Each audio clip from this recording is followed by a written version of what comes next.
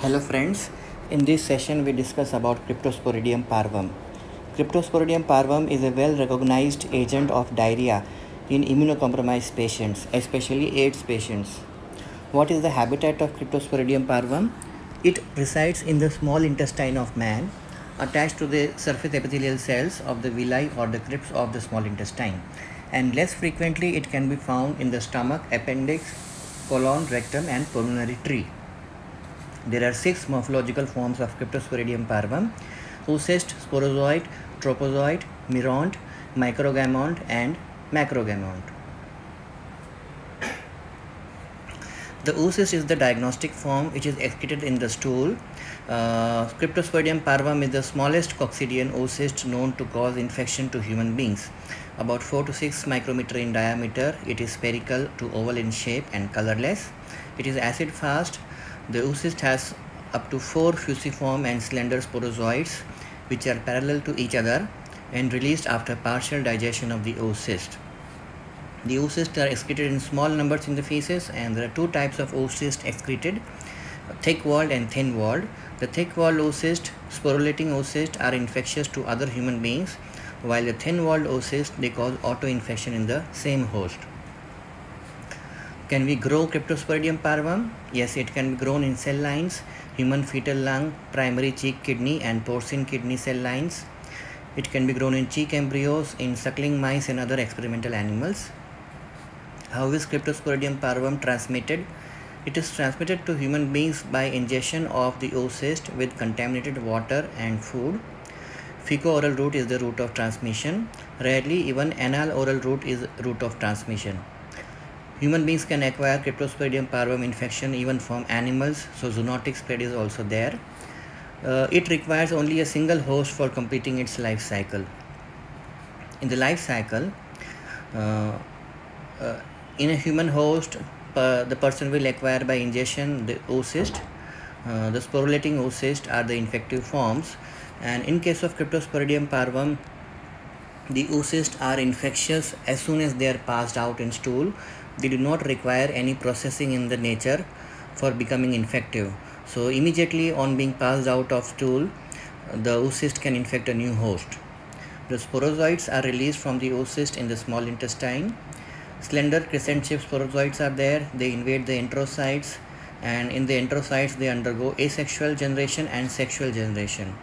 In the asexual generation, the sporozoites will give rise to tropozoites, which will give rise to meronts, and from the meronts, merozoites will be produced.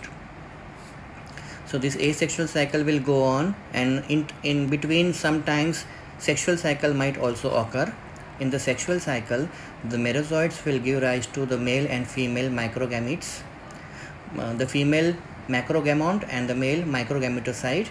These male and female gametes, they will fuse to form zygote. The zygote will convert to oocyst, and the oocyst becomes a sporulating oocyst after some time, and this sporulating oocyst is the infective form of Cryptosporidium parvum. 2 types of oocyst are released: thick-walled and thin-walled. The thick-walled oocyst, they can transmit the disease to a new host, while the thin-walled oocyst, they cause auto-infection. This is the life cycle picture. From the oocyst, sporozoites are released. From the sporozoite, tropozoites are formed, from which meronts will be formed. From the meronts, merozoites will be formed. Asexual cycle will go on in several sessions. In between, sometimes sexual cycles will occur, in which from the merozoite, male and female gametes will be produced, which will fertilize to form oocyst, the zygote, and the zygote will grow into an oocyst, a sporulating oocyst, which can transmit infection to a new host. Pathogenesis and pathology. The virulence factors of Cryptosporidium parvum include a membrane aminopeptidase involved in the excitation of the cyst, a cysteine protease, a hemolysin. The ingested oocyst release the sporozoites, which invade the epithelial cells and convert to tropozoites. Jejunum and terminal ileum are the preferred sites, and in case of immunocompromised patients like AIDS patients, other sites may also be involved, like stomach, colon and biliary tract. It causes cholera-like voluminous diarrhea, non-inflammatory in nature and profuse. It will generate a local inflammatory response leading to increased production of prostaglandins and other cytokines, particularly interferon gamma, which attract the phagocytes which secrete soluble factors. Increased intestinal secretion occurs, absorption is inhibited, and the unabsorbed food present in the intestine is fermented by bacteria, which will give rise to foul and offensive smelling stool. Alteration in the structure and function of intestine takes place, blunting and loss of villi takes place, lengthening of crypts, infiltration of lamina propria occurs by lymphocytes, polymorphonuclear cells and plasma cells. Host immunity में IgM and IgG both are produced and they will reduce the severity of infection. Cell mediated immunity and humoral immunity both are produced. In clinical features, there are two different types of manifestations. One manifestation in the immunocompetent patients and one manifestation in the immunocompromised patients.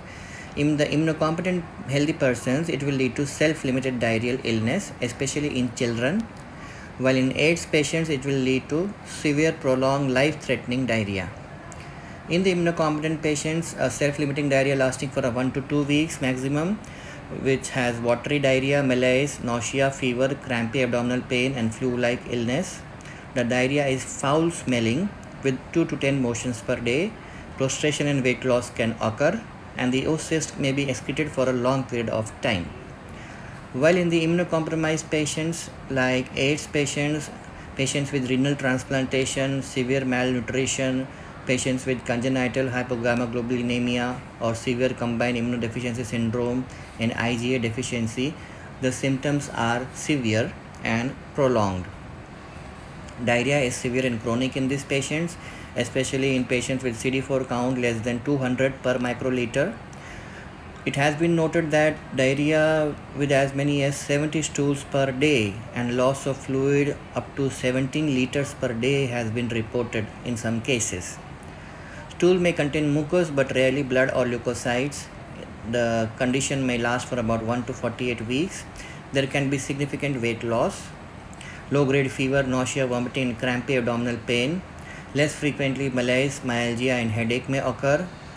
In these immunocompromised patients, various organs may be involved like the gallbladder, bile duct, pancreas, even pharynx and bronchial tree. And extraintestinal manifestations are common in the AIDS patients. Complications include cholangiopathy and respiratory tract infections. Epidemiology, Cryptosporidium parvum is worldwide. In India, in several cities like Vellore, Chandigarh, Bengaluru, Kolkata, Madurai, etc. It is highly infectious. The oocysts are excreted in feces and they are infectious immediately. They do not require any processing in nature. As little as 10 to 100 oocysts can cause human infection, and humans are the key reservoirs. Man may acquire infection from animals also, so there is also a possibility of zoonotic infection. Human to human transmission occurs by fecal-oral route, generally by drinking water contaminated with oocyst, rarely by ingestion of food and milk, and rarely even by anal-oral route. Animal to human transmission occurs by ingestion of oocyst derived from livestock such as cattle or pet animals. Aerosols and accidental laboratory infection can also occur. Auto-infection may occurring in small children in 1 to 5 years of age during warm, rainy, humid months. And Cryptosporidium is highly resistant to destruction by free chlorine in potable water.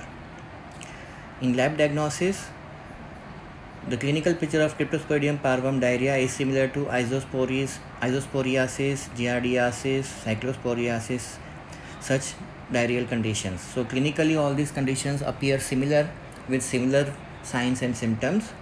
But when you do the lab diagnosis, you can identify the causative organism. The specimen taken for lab diagnosis here is stool.